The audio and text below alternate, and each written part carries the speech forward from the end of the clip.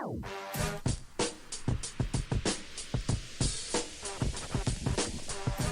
time for the shop report with Barbershop Jay.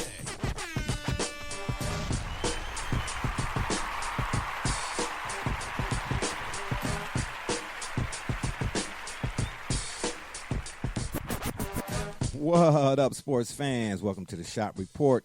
I'm Barbershop Jay. I'll be your host for the day. Here's what's happening.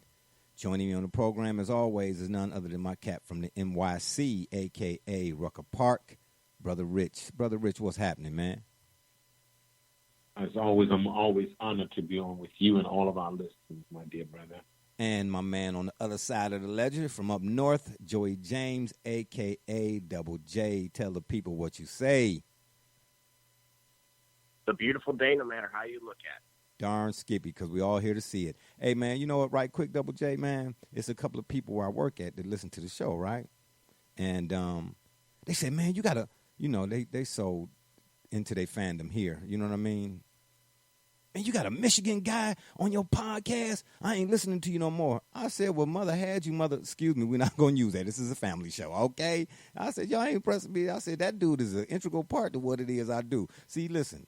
Let me explain to y'all right quick, even before we dive into some of this action we got today. I'm born, raised in Cleveland, Ohio. Now, I've traveled about the country growing up as a kid, and glad I did, actually.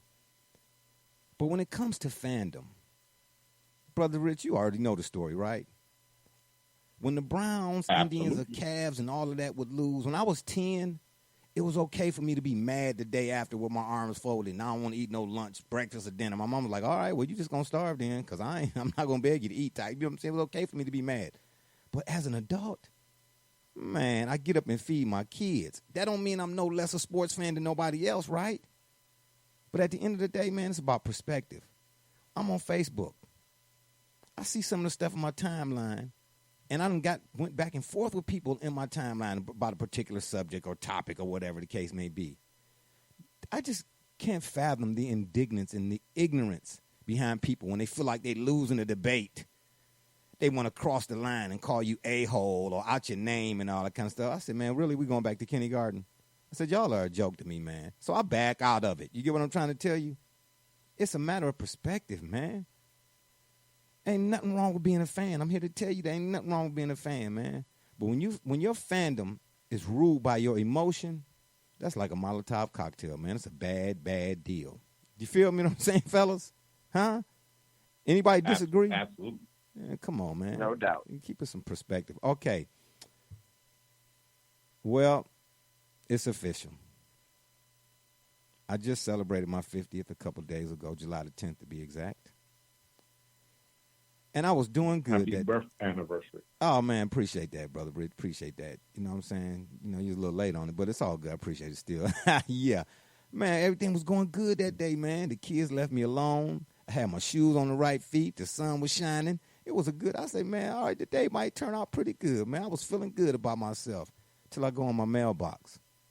And I see this envelope in my mailbox, man. It's got to be the size of a billboard. I'm sitting here looking at the mailbox for a minute after I opened it, like, man, how did they even get this envelope in here? You know what I mean? I pull out my little, my protractor, you know what I'm saying, my tape measure, like, dang, you know what I'm saying? The mailbox ain't but 3x8.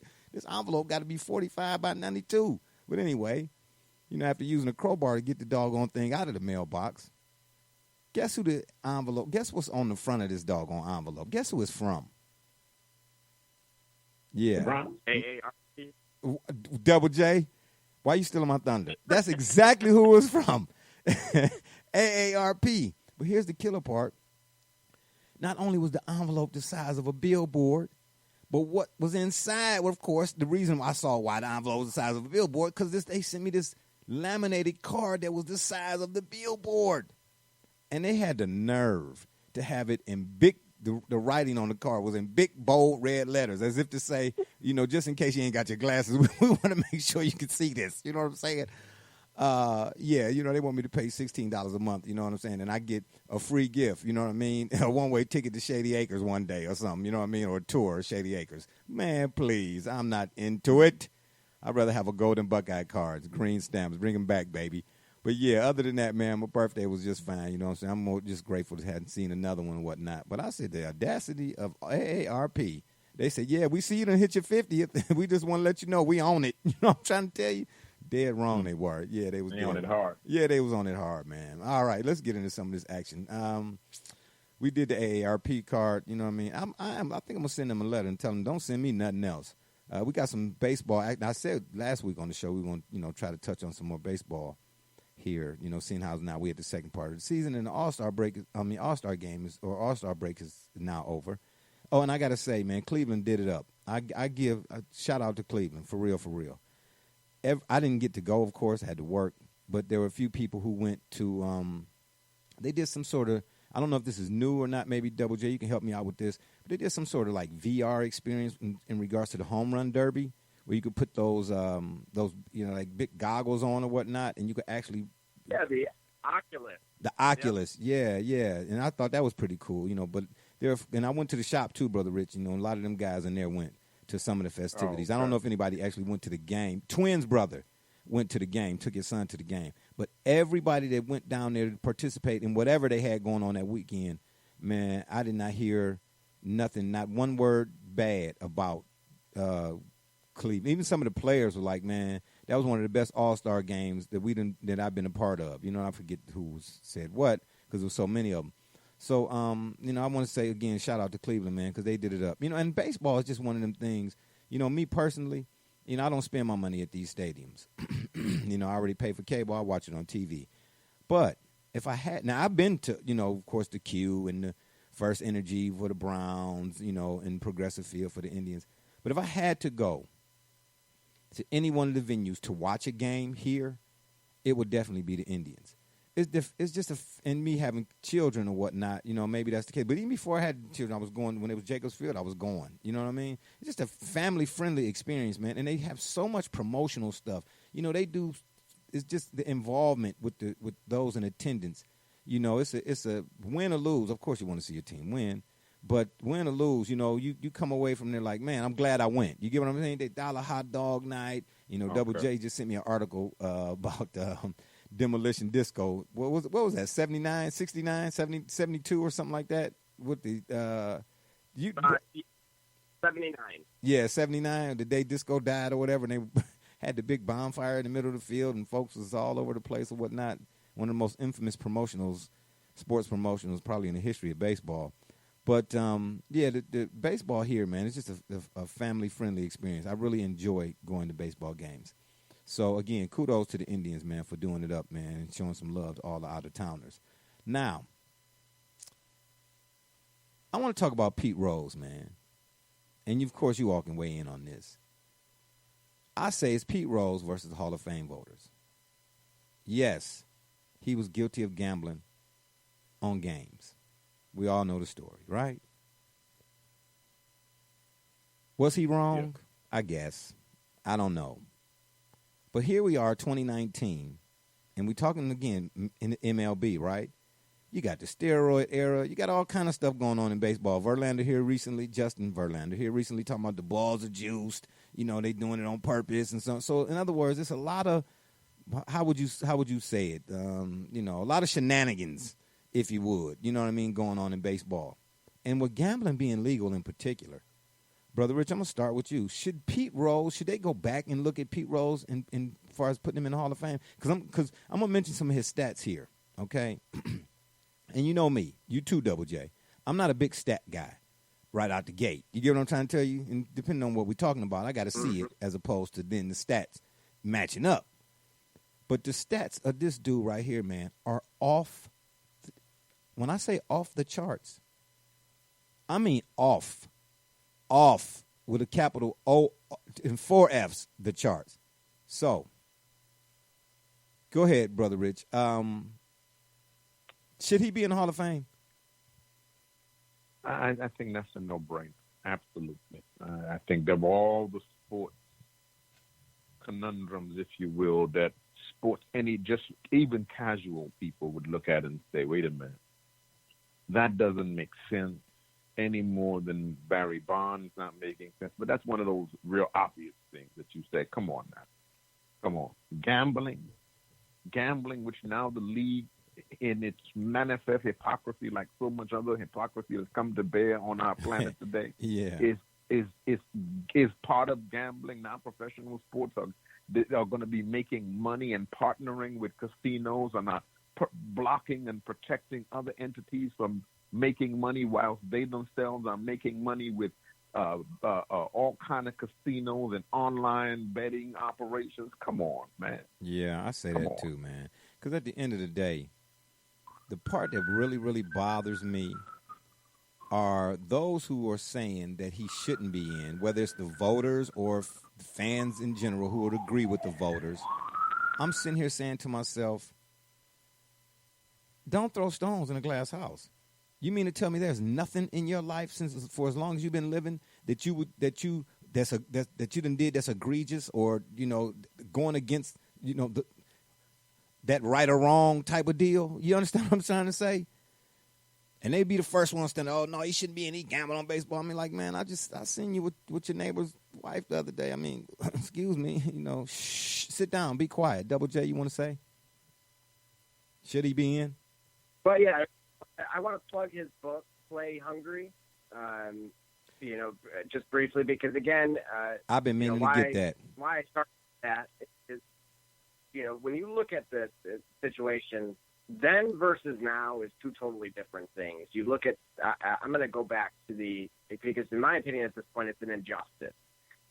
It was wrong at the time, but if it were done today, that, they allow us, you and I, to go and gamble on same games. And if you hear, and you have to take him for his word of what he said back then, there's really no reason why he shouldn't be allowed in. In his own words, I'm going to paraphrase here, he believes he'll get in when he's not breathing. So, post-mortem. Posthumously? Wow. That's foul. That has 17-time All-Star. Well, because, again, in 1991 is when the MLB ruled that he was ineligible. Right. Because he's... So at that point, he's been celebrated in, as much as he can in the city of Cincinnati. Right. And rightfully so. At this point, he said himself that he's over it. And so, maybe that gets them to maybe look a different direction, because he's saying, look, I don't need this to validate what I've done. I've been validated by the communities that I played in and the people that matter most. And I think that means more to him, as it would probably to you and I, than to some strangers nationally. Yeah, but here's the deal, too, and that's a good point. But here's the deal, too. We've seen other cases where, guys were gambling in the sport that they played in particular basketball. My gosh, basketball got it, all the way up and down through its history. And, and those guys were point shaving, to make the score what it is. This guy, if he was betting on games, he was still playing hard. You get what I'm saying? He wasn't like he was taking, I better not get this run, or I better not get that double, or man, the guy, you wouldn't have known it from his play is what I'm saying. You know what I mean? So he was gambling. I mean, what? You know what I'm saying? Let the guy in. But here, let me throw out some of these numbers at you. Well, first, let me say, you mentioned 17-time All-Star. That's insane. He's the only player in Major League Baseball history to play more than 500 games at 5 different positions. Now, these stats I'm reading to you, they come courtesy of a Facebook group I'm in. It's called We Don't Know Sports. Let me read that again. He's the only player, Pete Rose is, in Major League Baseball history to play more than 500 games at 5 different positions. And let me read them to you. First base, 939 games. Second base, 628 games. Third base, 634 games. Left field, 671 games. Right field, 595 games. Double J, my gosh, who comes close? No Google. Off the top of your head, who comes close? Exactly.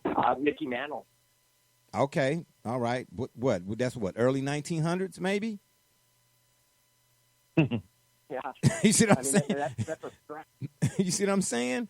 I mean, come on, man. It's a travesty for this guy not to be in the Hall of Fame. if you Major League Baseball. Man, Fred, you better get on your job, man. Brother Rich, did you hear that? Again, you know how me and you, we go back and forth about the stat game. You get what I'm trying to tell you, and the validation of and so on and so forth. You know what I mean? Especially, again. Absolutely, but I think it's what Double J has already said, that he acknowledged, even he acknowledges. He'll get in, but when he's after he's gone, he'll get in. He'll get his flowers later. And then they'll talk about how great he was and how they should have done it in the time and how. Yeah. But he'll get in, and he understands. He understands that they can't acknowledge what he did. They can't acknowledge that in this season you can't say we're going to finally acknowledge we did him an injustice all these years because we're now making money off the same industry we warned him not to get involved in. But it's okay for us as an organization to get involved in it. But the players, it wasn't good for them to do it. Oh, of course, yeah, and that comes to mind. I think like Double J said, he understands. He'll get in, but he'll just get in when it's the emotion is taken away and people are just looking at his stats because the individual is not here to deal with. Then he'll get in. Yeah, look, man. And Double J, I want to ask you. When I say what player comes close, let me clarify. Give me a modern-day player that will put you in the mind frame of what Pete Rose, who he was, what he did, what he accomplished. Is there anybody that comes close? I would mention Griffey Jr. You can't.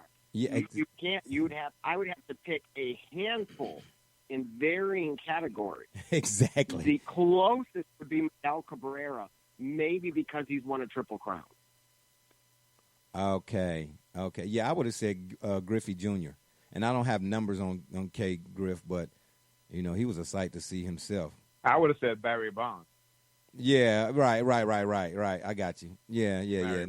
That's fair. And even still, excuse me, those three combined probably still, Pete still probably got him by a margin. You know what I'm saying? That's why I just say again, man, it's a travesty for this dude not to be in the Hall of Fame. Because him being in the Hall of Fame is the Hall of Fame. You get what I'm trying? And no disrespect to Hank Aaron and Babe Ruth and, excuse me, who else? I mean, any Oil Can Boy, any of them other guys, the Don Drysdale, what was the Nolan Ryan? He was a bad dude too, by the way. Nolan was a bad boy. I'm just, you know, it's just all of those guys who were in definitely deservedly so and earn, and they every bit of being in, they deserve every bit of it. But Pete Rose, man, when we talk about GOAT, now that's a guy I say if we're gonna have a conversation of GOAT, regardless of sport, he is the one that you could say could be a GOAT. Double J, you agree? Disagree? Agree. Brother Rich? Without a doubt. Yeah, that's my man. Without a doubt. So we're gonna start a petition, a Pete Rose petition. We're gonna get Pete Rose in the Hall of Fame, man. Somehow, some way, why he's still living. You know, because Brother Rich, everything you said, you know, that one word comes to mind when you just mentioned, you know, how they'll put him in after he's gone. Well, Double J said, of course, but, you know, put him in after he's gone or whatnot. You know, the hypocrisy of, oh, he was such a great guy. Well, then how come you ain't do that before? Absolutely. You know what I'm saying? That's the hypocrisy coming out. You get what I'm trying to tell you? Yeah, we can gamble on it, but you as a player can't because you could change the outcome. Man, I watched a couple of Pete Rose's things, man. And here, let me tell you, man, this dude was you talking about 5'2" player? When I look at all what he did at each position and the games played, man, the dude was a 10-tool player, and he played hard. He played when they wasn't giving out contracts. The contracts was like working at the post office, $22.95, man. Come on now, what's going on with that? Yeah, we're gonna start. We're gonna get Pete Rose in the Hall of Fame, man. For real. That's what we're gonna do. Why he's still living. Feel me? Word. All right. Double J, let me ask you a question. I've been seeing a lot of chitter-chatter about this one guy in the modern-day era of baseball. And for the life of me, man, I can't figure out why. I love watching the guy play. He's not a malcontent. Never heard anything about him being a bad teammate, taking games off, sloughing. not going hard. No, none of those things apply to this guy. But yet and still, there are a lot of folks out there who cannot stand this guy. So I asked this question: why is there so much a dislike for the Angels' Mike Trout?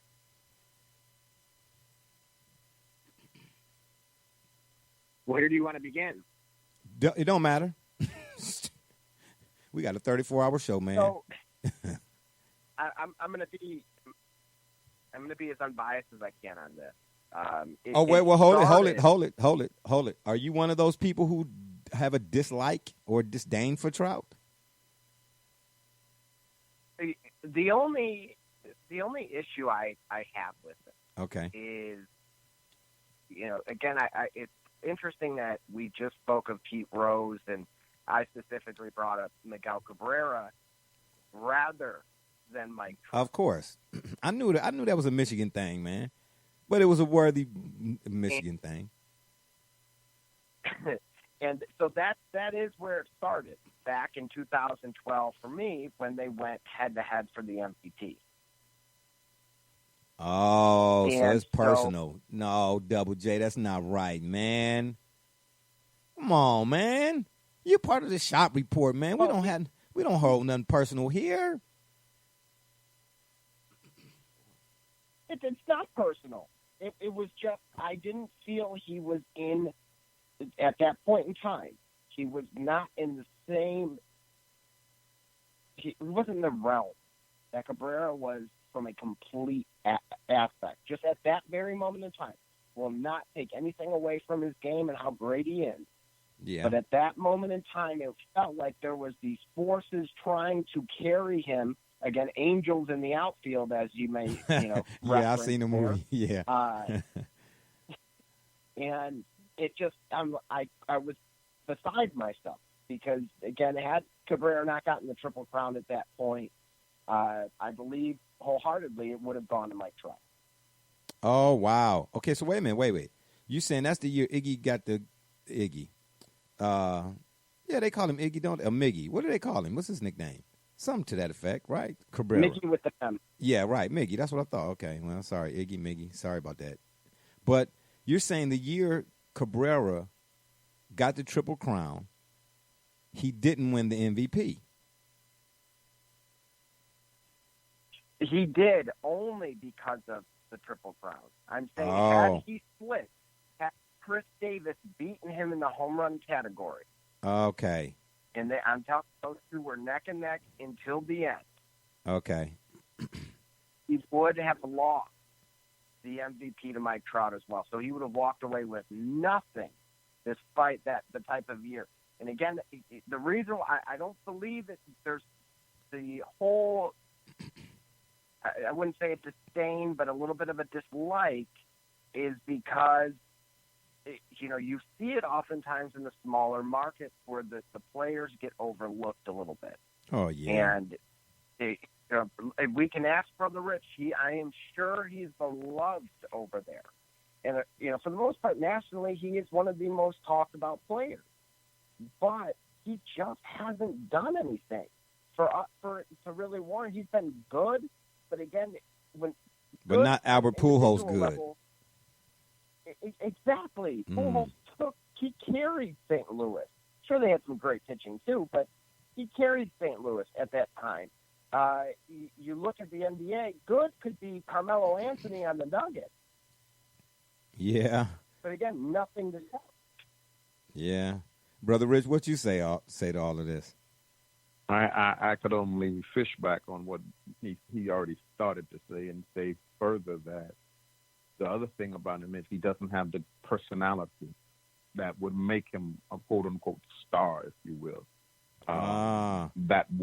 He didn't live up to the hype for the market and the kind of marketing that the Major League Baseball wanted to do with him, because they saw him as potentially this fantastic, lightning poster child for baseball, and he never really and it's like WJ said, he never really did anything where he's been consistent. He's good. He's a very consistent, good, and he likes to stay out of the limelight. So that's not even though he plays in a big market, he's not a gregarious person. He's not an outgoing player. He doesn't have the big personality like Judge up in New York and so many other players we can just point out around the league. He doesn't have it like that. Yeah. So he's more so like the Kawhi Leonard of Major League Baseball. Absolutely. Well, you know, Absolutely. I kind of like that guy who go about his business every day. You know what I mean? You know, when he at the plate, you know, you kind of, because I don't see many pitchers, you know what I'm saying, challenging him. You know, he's not one of them guys you challenge now, because he will put one in the seats on you. You know what I mean? And Double J, going back to what you said about the Triple Crown and the whole MVP thing, you know, there's a few folks, including myself, who feel like, with all due respect, Steve Nash should give Kobe them 2 MVPs. I'm just saying. So, in other words... And do you see my point, though? You know what? Look at that as a beautiful example. Both points that each of you just made. But if Kawhi did not have 2 rings at this stage in the game, would you look at him the same way? If they had this Kawhi watch and all these other things, you would say, get this man off of the television screen. Let's talk about someone else. Well, wait a minute. Additionally... Wait a minute. Well, you're asking a purist here. I would feel different, because I'm a nuts and bolts kind of guy. I root for the underdog. I watched him at San Diego State. But I get where you're going. You're talking about the casual, in general. They'd be like, no, let's, show us the Lakers. I get you. Nobody wants to see that. Nobody wants to see the Spurs and the Knicks in the finals. Not in 94 anyway. Was that 94? I think it was. Well, no, was that 94? Help me out here. I am 50. The Spurs? You're talking Sean Elliott's Spurs? Yeah, the Spurs and the Knicks. What year was that they played in the finals when Larry Johnson was on the Knicks and Greg Anthony? 93. Okay, 93, 94. All right, AARP, hold on. Y'all can't get me yet. Not yet. Not yet. But I get what you're saying. I like Mike Trout. I really do. You know what I mean? Again, I'm just a nuts and bolts underdog type of guy. You know, when I see a dude to go about his business, man, in any professional capacity, when the door is wide open for the guy to be haughty, arrogant, because we've seen the flip side of that. You know what I mean? Guys who walk in, with their Louis Vuitton bags already like, y'all owe me something. Man, please. Why? Because you walked in the door? You get what I'm saying? Folks, climbing all over people. I get the fans going berserk when Michael Jackson walked in the room. You know what I mean? But that guy over there, man, stop it. You got to show me. I'm from Missouri and only been there twice. St. Louis, watched the Browns, beat the Rams. Anyway, yeah, but I'm from Missouri. I'm claiming it anyway. You got to show me. And I love the fact that they show me state. But, yeah, you got to show me. But, I mean, you know what? Look, Trout is Trout. And I'm with you, too, though, Brother Rich, on the fact that he's not Aaron Judge. I mean, my goodness, Aaron Judge, he ain't got to never swing a bat. The guy's, 7'12"? You know what I'm saying? Absolutely. You know what I mean? He walk in the room. Yeah, I get that whole thing or whatever. But to Double J's credit, I'm glad Miggy, won the Triple Crown. Otherwise, Double J might not be with us on the show today. He'd be somewhere outside somebody's stadium holding up a sign. I'm not sure what that sign would say, but he'd be somewhere outside somebody's stadium, sure enough, holding up a sign. So, but Cabrera, though, why we on the subject, though, Cabrera is a bad boy himself, too, now. You know what I mean? A few times, they played the Indians, man. I was like, man, can't this dude just walk him?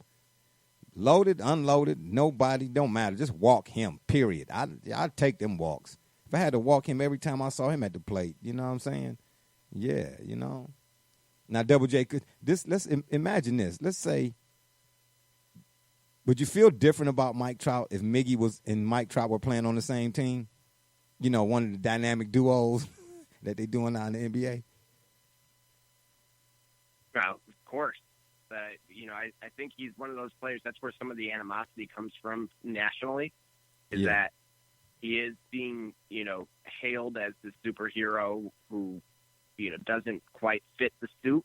But at the same time, if you put him in the uniform of your favorite, team, then all is forgiven. You look at him entirely different, and you're hailing all of those same things that you were just demonizing, 5 minutes prior. Wow, not good. And I say this. Anybody out there who has a dislike or a disdain for Trout, you have to be mad at the propaganda machine. You got to be mad at the folks sitting behind. You got to be mad at them, have a dislike for them. They're the ones that said he didn't. I never heard him say, like I have some professional athletes, oh, yeah, I'm better than y'all. I'm not mad at a guy who don't do that. Or I don't recall Trout saying, hey, I'm about to hit 47 home runs in 1 minute, and to heck with all y'all, I could care less about the team. Because he's a team player. Would you agree with that, Double J? At least he's a team player. Absolutely. Look what he just did for his fallen comrade. Yeah, I was on Skaggs, rest his soul. Yeah. That was, absolutely. That, I think, helped Trout a lot because it brought the human element to it. I mentioned it a lot over these last few moments, that the superhuman element of it that they keep trying to create. Instead, we got to see Mike Trout, the human being, open up. And that is actually what's going to start winning people over and having people root for him. Well, if there's any time, that's about as good a time as any. That whole thing, they no-hit who did they play and they no-hit? They combined for a no-hitter. Oh, shucks, it was just a couple days ago. Who was it, Double J, that the Angels played? Was it the Astros? You don't recall? Yeah. I'm trying to put... It was who? Seattle? Yeah. Yeah, I was trying to pull it up here. I'm having issues with my other monitor. But, yeah, man, I thought that was befitting. Everything about that, man. I don't care who you are, where you're from, who you root for, actually. That whole moment, I unfortunately didn't get to see it. I saw, replays of it or whatnot. But even still, just seeing that, it was very, very touching, man. And just... unfortunate loss of life. But, hey, I'm just glad that his teammates were able to do Skaggs is what it is. And for all them guys wearing his jersey, the 45, man, it was very, very, very, very touching. Even if you're a callous person, you were touched by that. All right, kudos to my man Mike Trout, who I'm a fan of in Double J. It's not. All right, let's move on, or switching gears, as I like to say. Let's talk about what we're going to do here on out, up until the NFL season, seeing how this is just around the corner. And Brother Richard's favorite subject, of course, is the Browns. Woof, woof. Gotcha. Beat you to the punch, of course. Yeah, yeah, we are going to, heading into the season, going to preview each division. So, we start this division, or NFL, 2019 NFL season preview division, of course, with the AFC North. And why did we pick the AFC North? Because once again, Brother Richard has been saying that the Browns are going to be in the Super Bowl. And I got to tell you, Brother Rich, there are a lot of folks who are not necessarily disagreeing with you. And one of those folks in particular is a publication that I used to get a book every year before football season, basketball season too, and baseball season. But I'm seeing here lately, I haven't seen them here lately, actually. This used to be called Street and Smiths. Street and Smith, Athlon. Athlon, they kind of fell off a little bit. And Lindy's. I hadn't seen Lindy's in a while. I'm in the store a couple days ago, and I saw Lindy's put out a publication. Now, Lindy's puts out their publication based on the market. So the players, if you're in the Cleveland market or the Ohio market, the two guys or whoever you see on the cover is, like on this cover is Baker Mayfield and I think A.J. Green. So you'll see somebody from the Browns and Bengals. And if you, of course, in D.C., you'll see somebody from Washington, so on and so forth, right? So Lindy's puts out this publication. And I was like, oh, wow, I got to have it because I hadn't seen him in a while. So I snatch it up and I get to reading it. And let me tell you what they said. Hold on. Give me 1 second here. Even though we weren't going to start with the Browns, we are going to start with the Browns. Lindy's says that the Browns are the team to beat. You like that, Brother Rich? Oh, I love that. This upcoming season. And they're saying not necessarily Super Bowl, but don't be surprised if. Not a matter of like it won't happen. It's like keep your eyes on your watches. It might not happen this year, but they saying it'll be sooner rather than later. So, Brother Rich, what say you to Lindy saying that the Browns are the team to beat? I said that Lindy's should be called ladies, so they are late to this. So there's somebody been saying this for the longest, and they're late like everybody else is going to be bandwagon jumpers. And I just want to make sure that these are the kinds of people, so when they jump on board, we are acknowledged on this program as having said it first. Yes, sir, absolutely. Yeah, actually, that's on the cover. They say, the Pro Football 2019 preview said, "Join the Browns bandwagon." So, Brother, see, I'm not surprised. so should we maybe put together some sort of bandwagon application for the Browns? I think you absolutely, and we absolutely should, because there's going to be a lot of people jumping on. Because there's no team in the NFL that is as ready with as much to prove. And in professional sports, every team and every player is always looking for the edge.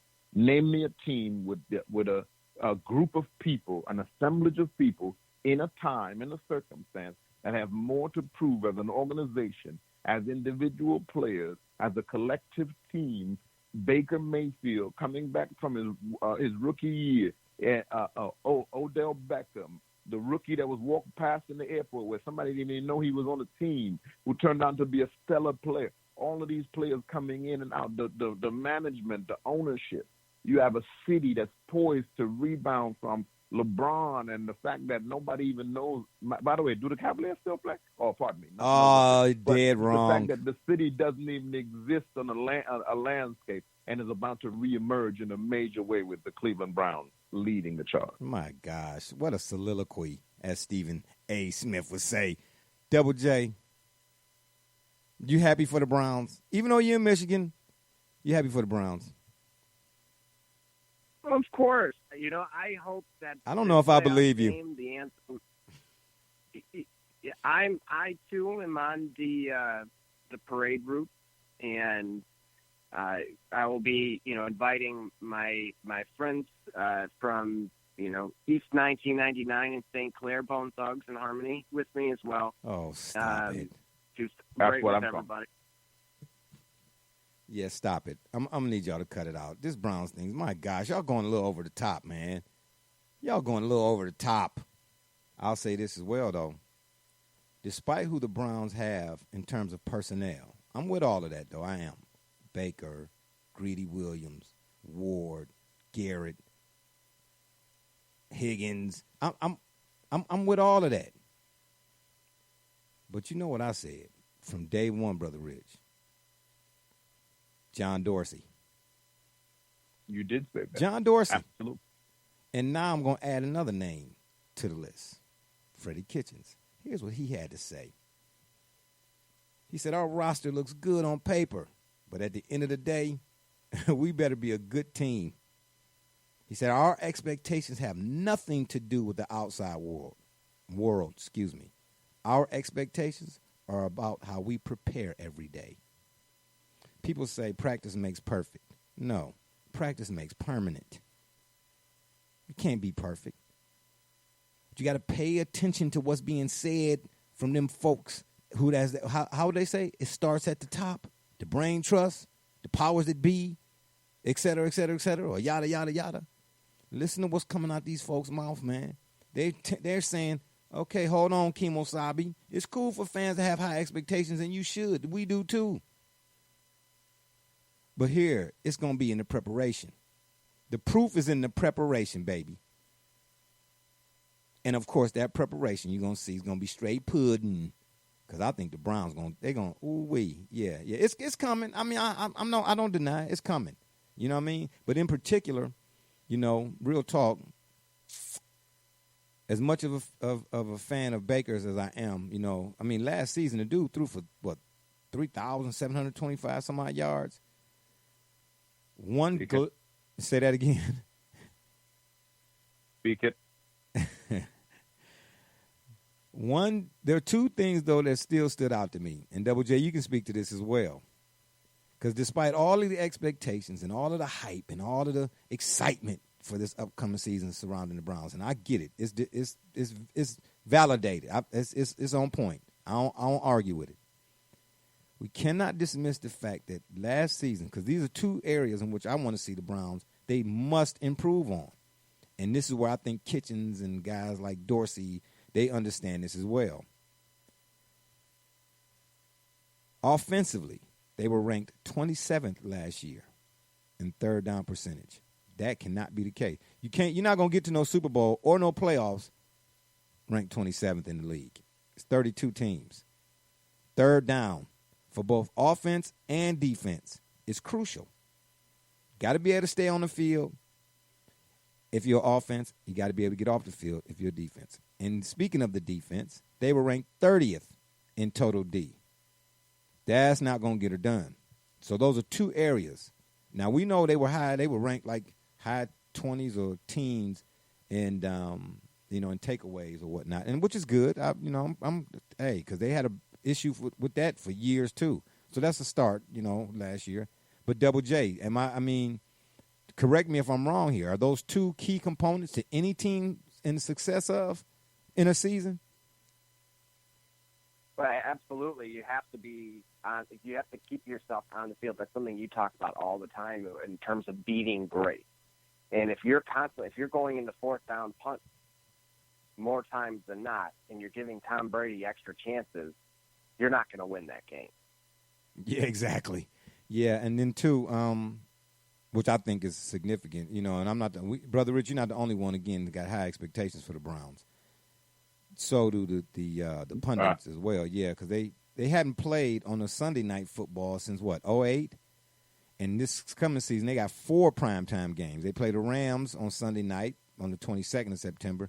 Then on Monday, they got 2 Monday night games and 1 Thursday night game. They play at the Jets on Monday night and the 49ers on Monday night.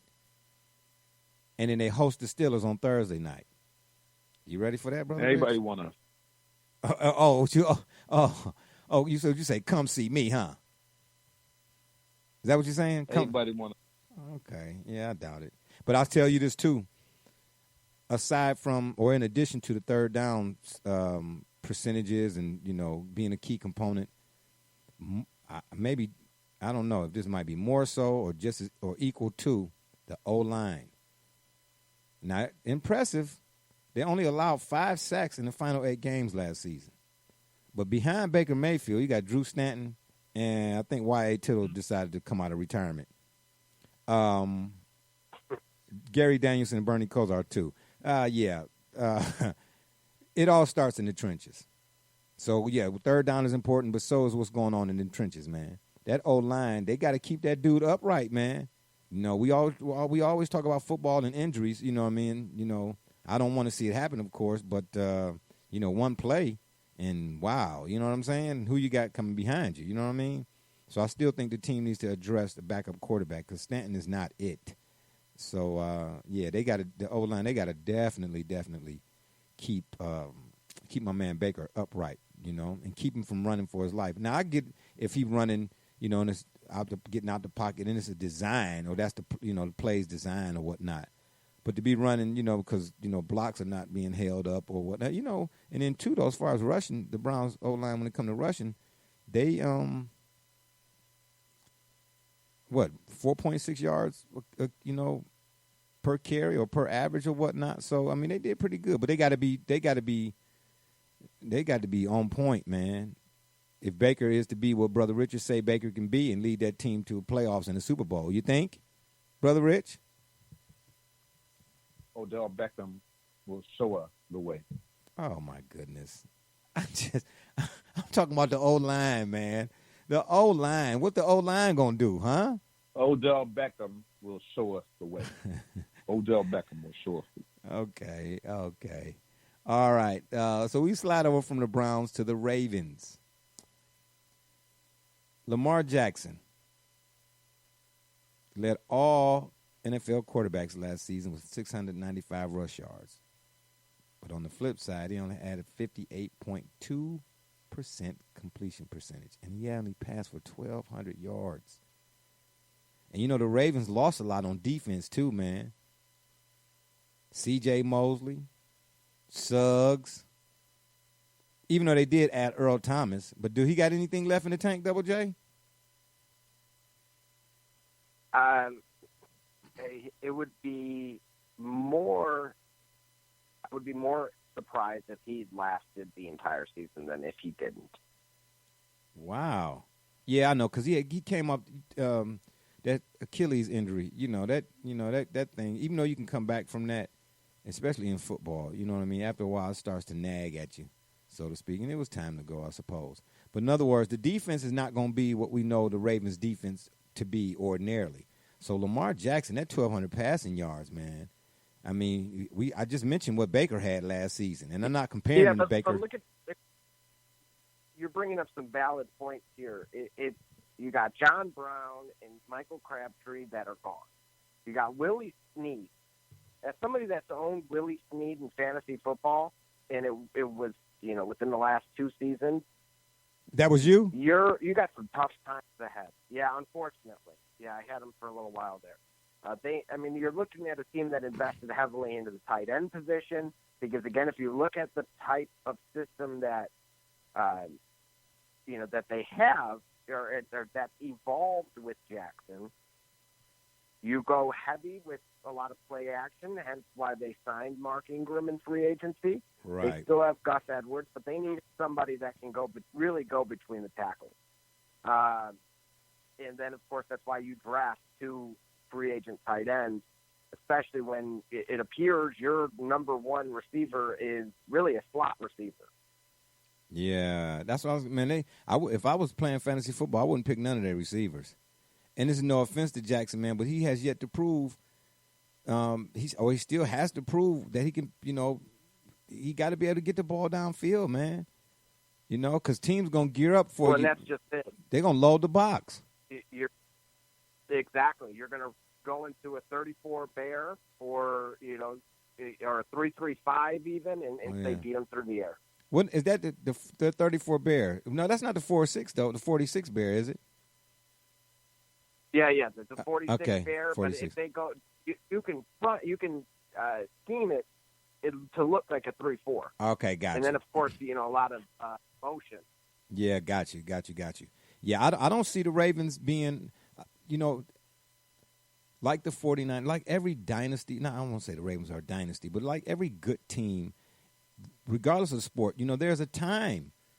It's an expiration date. You know what I mean? And I'm not saying you can't get back there, but the Ravens have been good for a long time. They've been in the mix for a long time. I just think it's time. Their time has come because Ozzie left too. Did you see that, Brother Rich? Ozzie's gone too. That's what I was. That's what's going to be my commentary. Yeah. Ozzie Newsome. That's the reason I don't worry about them. Ozzie Newsome. As long as Ozzie Newsome is not there, I'm not worried about the Ravens. I'm not worried about that anymore. You're not worried. No. You're not worried about the The Ravens. Ravens don't concern me at all. Not at all. Okay, so Not at all. okay, Not so at all. the Ravens don't concern you. Then here we go to the next team. Then I think that will concern you still. The Pittsburgh Steelers. They don't concern you? Am I being asked to come? No, absolutely not. Absolutely. And why don't the Steelers concern you? Absolutely. Because of the turmoil that has gone on with that team that has yet unresolved. You don't have that kind of fractious circumstances in the brotherhood of a football locker room where 1 year it's a problem with a major player, the next year and these are situations where they play out in the media in a way where these players are openly contentious with the quarterback, the coach, but they're praising the ownership for the most part. But as it relates to the quarterback and the coach, they're talking about what's going on and he doesn't want to take responsibility. So that's not a new thing. And because these were high-profile players, you look at them and say, okay, those guys could speak out. But there were many other guys in the locker room that felt like that. And, of course, they can't speak out because they're not in a position to speak out. Their contractual situations, their relationships, whatever it might be. So we put a little Band-Aid on that and pretend it's okay. I don't worry about that at all. Not in the football locker room. Not when you have that kind of thing going on. I look for the Steelers to have one of their worst years in history. Yeah, you're not the only one. There's a consensus going on down at the gig, man. There's a lot of folks. You know, it's a lot of folks that's wearing Steelers shirts and all of that, and a lot of Browns fans coming at them hard, like, yeah, not this year. Yeah, and I kind of get that too. I kind of get the sense that, like I said with Lindy's, when I seen it on the shelf, I had to snatch it because I too think that it's the Browns' time. I think they can win a division this year. I really do. Because for your reasons that you said about the Steelers and, you know, of course, what Double J said about the Ravens or whatnot, I just don't see it. And, I mean, you know, you still got to play it out in football. It's football. Yeah, we get all of that. But, you know, I'm saying that from a realistic standpoint. You know what I mean? If you look at it right now, if you step back and look at everybody all lined up next to each other, why wouldn't you pick the Browns? You get what I'm saying? So let me ask you this then, too, Brother Rich. And Double J, you can weigh in on this as well. Can Juju Smith-Schuster – boy, say that fast 2 times. Can he replace Antonio Brown? Absolutely not. He can be himself, but he can't replace Antonio Brown. In terms of production? Antonio Brown in terms of production, I don't see that coming that way. I see him doing well. I see him perhaps creating his own lane. But in terms of what Antonio Brown has been up to this point in his NFL career, you don't just replace that overnight. At least I don't think you do that. Not in the NFL. Not in that league. Yeah, I'm with you on that, too. That was a good one. Yeah, I don't disagree. What you say, Double J? No, absolutely not. You're going to have defensive secondaries that are overloading his side of the field. And despite Pittsburgh being good with having, in terms of consistency with the offensive line, despite their age, that puts a lot of pressure on Roethlisberger, who, again, as someone that threw 30 times in over 80% of the games, he only had 5,000 yards. Wow. And now you're taking away his number one target.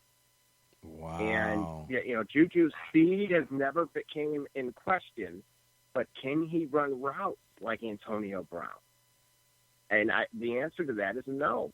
In addition to that, you're losing someone who understands the system and the scheme and who is a blocking tight end like Jesse James, who has exited and replaced him with Vance McDonald. That is a downgrade. So no matter where you're looking at this, and of course Le'Veon Bell is officially gone, can James Conner stay healthy? That is going to come into question. Yeah, that was going to be my really. Yeah, go ahead, finish. Yeah, that was going to be my next question too, though. So, you know, without even poking holes in their defense, you just look on the offensive side of the ball, the one who wins games by putting points on the board, and it looks average. But this will be the year that either Mike Tomlin or Ben Roethlisberger will be exiting. This is a curtain call for one of them. Dang, Double J, you been reading my notes? Because I was going to ask you, was Mike Tomlin on the hot seat? I was. But speaking of being Roethlisberger last year, and I don't know if this is a lot for an NFL quarterback or whatnot, because I don't usually get that deep into it, but he had actually 675 passing attempts last year. Is that a lot? Way too much, huh? Yeah. Okay. Yeah. Yeah. Because compared to James Conner, in terms of rushing attempts, he had only 215. Let me double check here. Hold on. Yeah, 215. But he did have 12 touchdowns, though. Wow. That's impressive. So, yeah, I'm with you. I get where you're going with that. I think you're saying that the clock, Father Time, is knocking on Ben's door. Is that what you're saying? Well, yeah, I have a feeling that this is going to be the year that, you know, he was able to get bailed out by good receivers. You know, some may say that Baker could be the beneficiary of good receiving this year. Well, I think so, too. If his throws really high. I would be one of those some that would say that. I agree. I was just getting ready to say, Brother Richard is one of those guys. Yeah. And so do you think Mike Tomlin's on the hot seat, though? Oh, without a doubt. I mean, you look at Brother Rich's point a moment ago with how, you know, for decades, the Steelers would, if you heard from them, you either heard from them at a podium or you heard from them via a publicist. You never heard from the players. And Dang. the puppet show that took place last year was an embarrassment. And, you know, the Rooneys do not like that kind of attention. I know. Yes. Well, And yeah. so Yeah. who do they hold accountable for that? And it starts at the head coach. So then it's safe to say that Ben Roethlisberger won't ever see another Super Bowl. No. On What- TV, Unless man. he's, Of course. He Yeah, can I watch was the gonna Browns say on the either Super Bowl this year on TV. What's say that again? Boy, Brother Rich, you timely with yours. Say that again. He can watch the Browns on TV this year like everybody else in the Super Bowl. Woo, Brother Rich, boy, you be jumping out the plane at 50,000 feet, man, with no parachute. Woo, I'm trying to tell you. Double J, you with Brother Rich on that too? You say he can watch the Super Bowl, he can watch it this year? oh, I was going to say he was going to likely have a box with Tony Romo up there.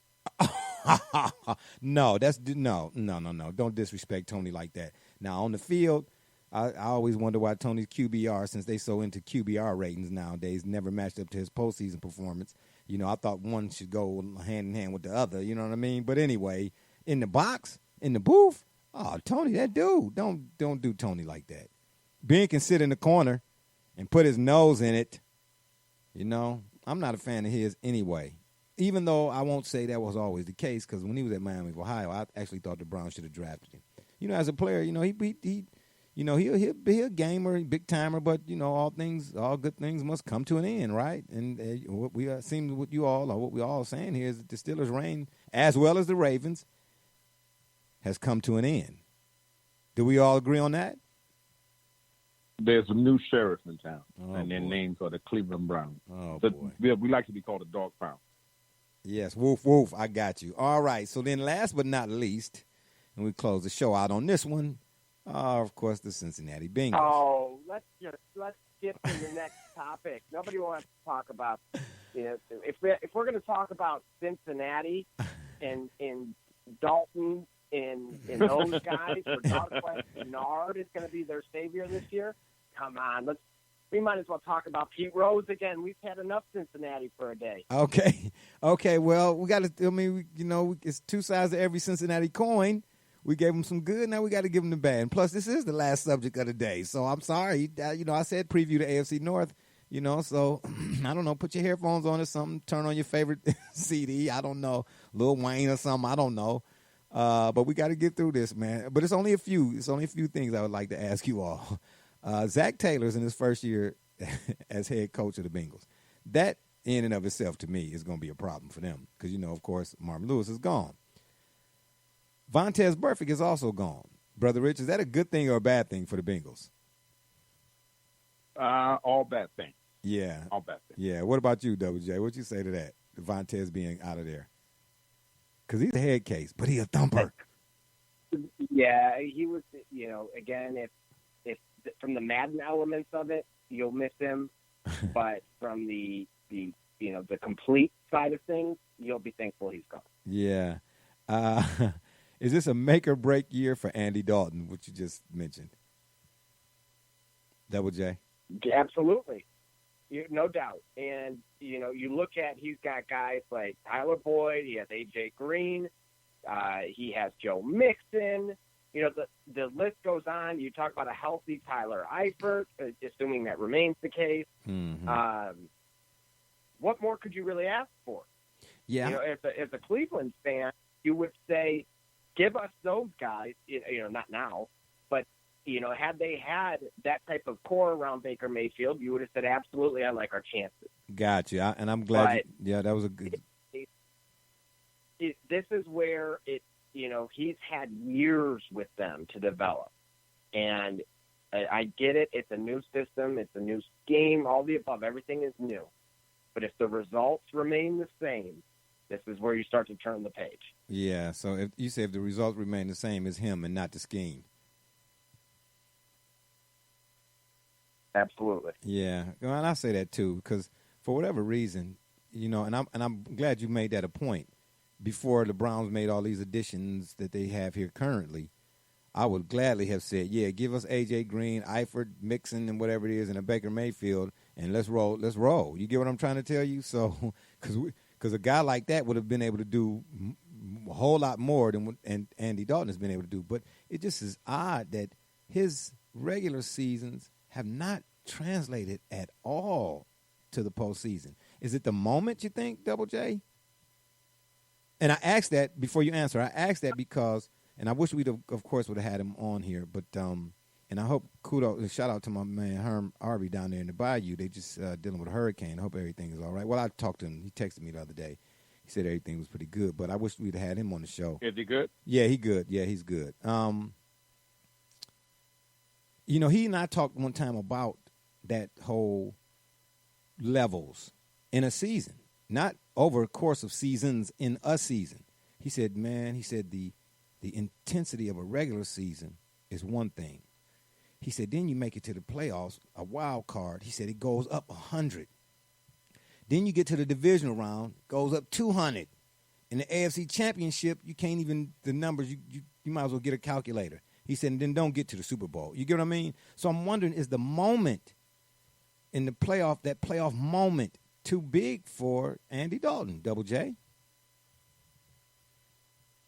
I'm going to say yes, and part of me wants to say, if you look back at Cincinnati, so this is somebody that's been around, since Chad Johnson. I've been to Paul Brown, and, with those guys, you looked at how Marvin, in a lot of ways, he ran the culture of that group was very loose. And this goes back to Carson Palmer. Yeah. And everybody else in between. And they always seemed, when the light was shining the brightest, they seemed to get lost. You said Chad Johnson. Don't forget about my man TJ. Who's your mama? Anyway, go ahead. Oh, yeah. Oh, absolutely. Yeah, Husmanzada, he was nice, too. They were all there. Yeah.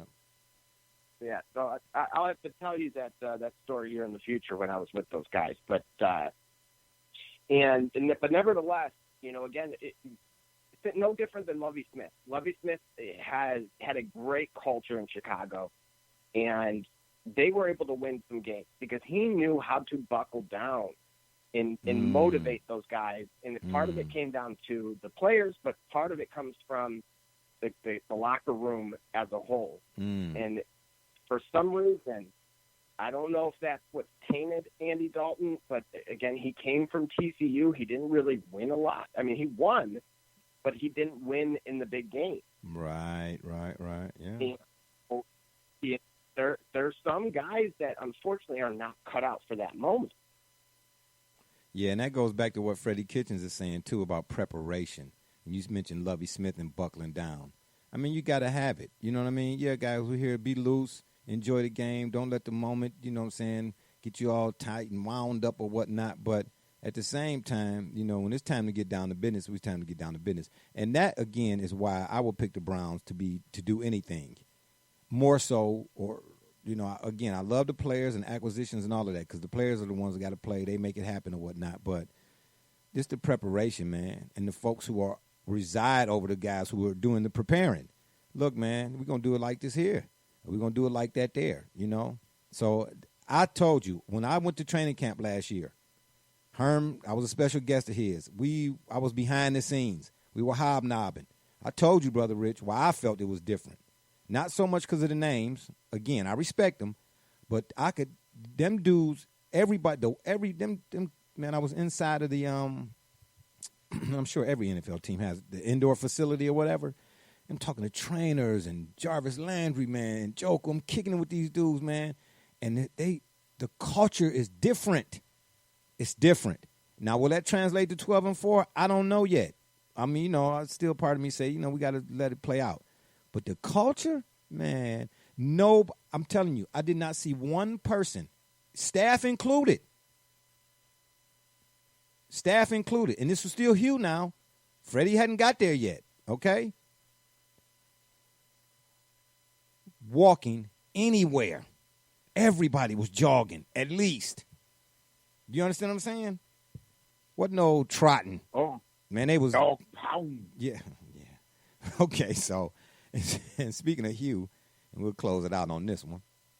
Hugh had the nerve, the audacity to say, and don't quote me because I'm paraphrasing here because I didn't see the whole thing, but says something to the effect, WJ, I'm pretty sure you saw it, and Brother Rich, you might have saw it too. He said some of his best coaching came while he was in Cleveland. He thought he did a great job of coaching in Cleveland. Did you hear that or see that, Double J? I did. I loved that. I thought that was interesting. I was hoping you'd bring that up. Yeah. What about you, Brother Rich? Did you hear that? See that? I didn't hear that. I didn't hear that or see that. Yeah, good for you. I said, what in the hockey sticks is always going on here? Double J, what in the world what do you think would make him say something like that? First of all, do you agree with what he said? Well, you got to look at it from a number of ways. And first and foremost, we don't know how he was as a person.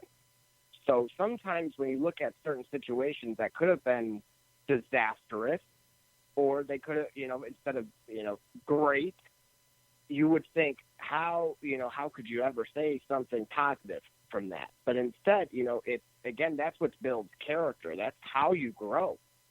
You don't grow from being at the mountaintop. You're not thrilled because you're at the mountain because you took a helicopter up there. No, because you started at the bottom. Yeah, and I love everything you just said, man. But guess what? Hugh Jackson is trash.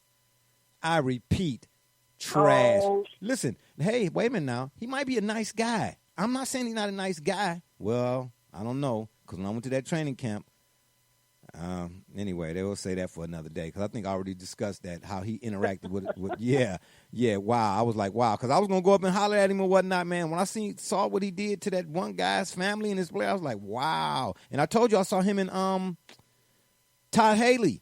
Over, it's a little brown, not a brown, it's like a little grayish sort of, some kind of little building. They hold like equipment for, like keeping the field together, all that kind of stuff or whatever. It's a little shack or whatever it is. Him and Haley were over there, man, and you could tell. But see, not everybody was paying attention because, a lot of people there was all caught up in the players. Wow, can I get your autograph?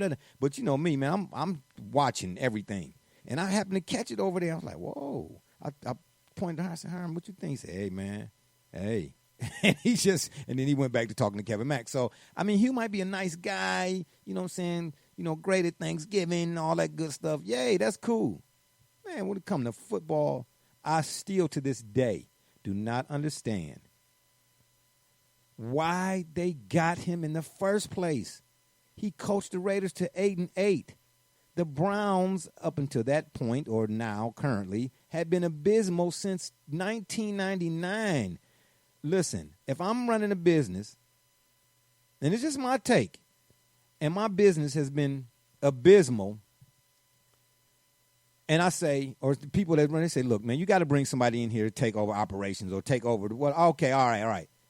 And I go hire Brother Richard. Brother Richard, forgive me for using you in this example, but I do so because, what I'm saying, your aptitude is, sky high. I'm not going to bring Brother Richard in and where the previous stop he was at, he was average. Does that make sense? Or am I just talking out both sides of my neck here? What am I doing? Do you get what I'm driving at here? You don't go get somebody who was average and you've been abysmal. No, man, and I'm not saying that, Bill Cowher was going to come out of retirement. But look where you're at now. If you had gotten Bill Cowher out of the booth or Tony Dungy, do you really believe that this is the Browns team that you would presently be having? Well, I'll say this. That's hard to say, and I appreciate your point, but I'll raise you one better.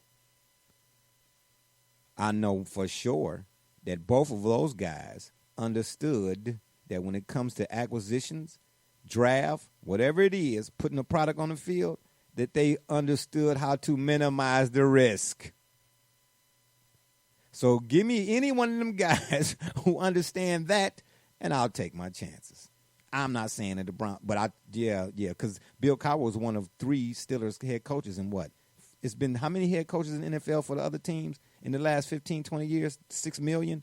And the Steelers have only had, 3? You can't. You can't. One over here, I'm looking at that one over there, and I'm like, So I get it. Double J, you're a Hugh Jackson fan. Nothing wrong with that. You like Hugh Jackson and you don't like Mike Trout. What is going on in the world? I tell you, I really do. That's all what I'm saying. Actually, yeah, right. I got you. You see Brother Richard over there. I was waiting for him to say dong bang, but he over there chilling. Okay, go ahead, Double J. Finish your thought. well, again, I believe that they were trying to somewhat cleanse and evaluate everything internally from the top down. You talking about the Browns? Gave him all the free. Yeah, oh yeah, without a doubt. Okay. They wanted to see what do we actually have. You talked about evaluations. You talked about risk. They said, go do whatever you want. We believe in you. Mm-hmm. So he did just that, and it was a disaster. Mm-hmm. And all it reiterates was we needed that they needed to turn the page, and they needed to draft, and they needed to build. They did just that. Well, I don't brought in the right players at this point. Yeah, I don't disagree with that. And then they did growth acquisition, and here we are. Yeah, I don't disagree. I don't disagree with that. What they do with that is going to be a big deal. That Rams game should be a coming out party for the world to see. Are they for real? Are they not? Then when they play the Steelers, if they bury them, I am telling you now, you talk about a new sheriff in town? No. How long has the city of Cleveland been waiting for that? But listen, I'm going to say this, and I'll let Brother Rich weigh in. Put your money on the pound right now. Oh, my gosh. Okay, no need to cue Brother Richard in. I'll say this. They need to win their opener. That's what they need to do. Beat the Titans. And I'm good. But I'm with you, too, though, if they beat the Rams in prime time and so on. So I'm with you on all of that. If they show out. But at the end of the day, if they just win on prime time, that's going to be more than enough. Did you hear what I said earlier? They had been abysmal since 1999. They only had, 2 winning seasons? And I don't even remember them. I do, but I'm being cynical. No, here. look. Yeah, but here's what you're missing, because the Lions fan base and the Cleveland fan base is not too different from one another. Well, I know. Seeing that we both went 0-16. Going and beating the Titans. And that's an expectation at this point. No one's going to be up in arms and saying, well, we should have beat them by 100. No. You won the game, and what they want. Okay, I got you. Someone that's free. Okay, I got you. Beat someone that was in a Super Bowl. Got you. Okay, all right, I feel you. Oh, so you put it that way. I get where you're going with that. I got you. You don't pop your okay. And I said the same thing when I mentioned my son's playing basketball. My oldest. Don't come in the house popping your collar when you beat your little brother's friends. Excellent example. You know what I mean? When you come in the house, pop your collar when you beat Mike Tyson. You gotta tell you, or you went 12 with Tyson. All right, fellas. So at the end of the day, we're going out on this one. Brother Rich, you say Browns in the Super Bowl this year? Without a doubt. Absolutely unquestionable. Unequivocally, huh? Man. Double J? I will be the most nervous fan at First Energy when the Patriots come to town late December and they win. Yeah, uh-huh.